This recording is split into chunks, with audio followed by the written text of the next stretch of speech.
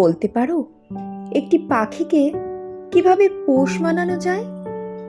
হ্যাঁ, এই পৃথিবীতে শুধু একটি শক্তি আছে যা দিয়ে তুমি একটি বুনো পাখিকেও পোষ মানাতে পারবে, আর তা হচ্ছে মায়া।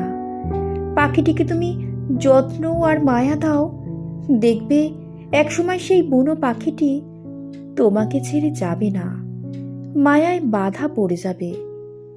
এ পৃথিবীতে মায়ার মতো এত শক্তিশালী, আশ্চর্য আর সর্বগ্রাসী অনুভূতি আর একটিও নেই। তুমি তাকেই জীবনের সঙ্গী করো যার মধ্যে প্রেম কম থাকতে পারে, কিন্তু মায়া আছে অগাধ। সব বিশুদ্ধ প্রেমেই কিছু না কিছু মায়া থাকেই, কিন্তু সব মায়াতে প্রেম থাকে না।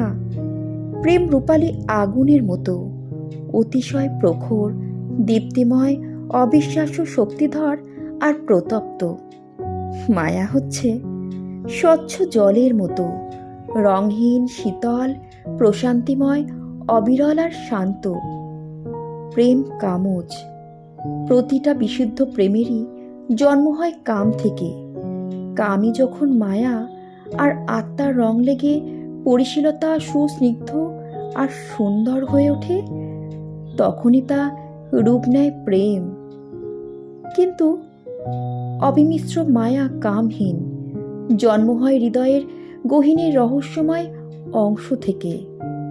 প্রেমের ব্যাপ্তি অতিশয় ক্ষুদ্র, শুধু দুটো হৃদয়ের মধ্যে সীমাবদ্ধ। কিন্তু মায়ার ব্যাপ্তি অসীম, সর্বব্যাপী আর অনন্ত। চেয়ে দেখো, এই পৃথিবীর চারিদিকে শুধু মায়ারই খেলা। তুমি জানো না, আগুন মহাশক্তিধর হলেও পৃথিবীর 4 ভাগের 3 ভাগই শুধু জল, আর জলে আবৃত। প্রেম না, প্রেম একসময় ফুরিয়ে যায়, শেষ পর্যন্ত মায়ায় বেঁধে রাখে দুটো মানুষকে সুদীর্ঘকাল ব্যাপী।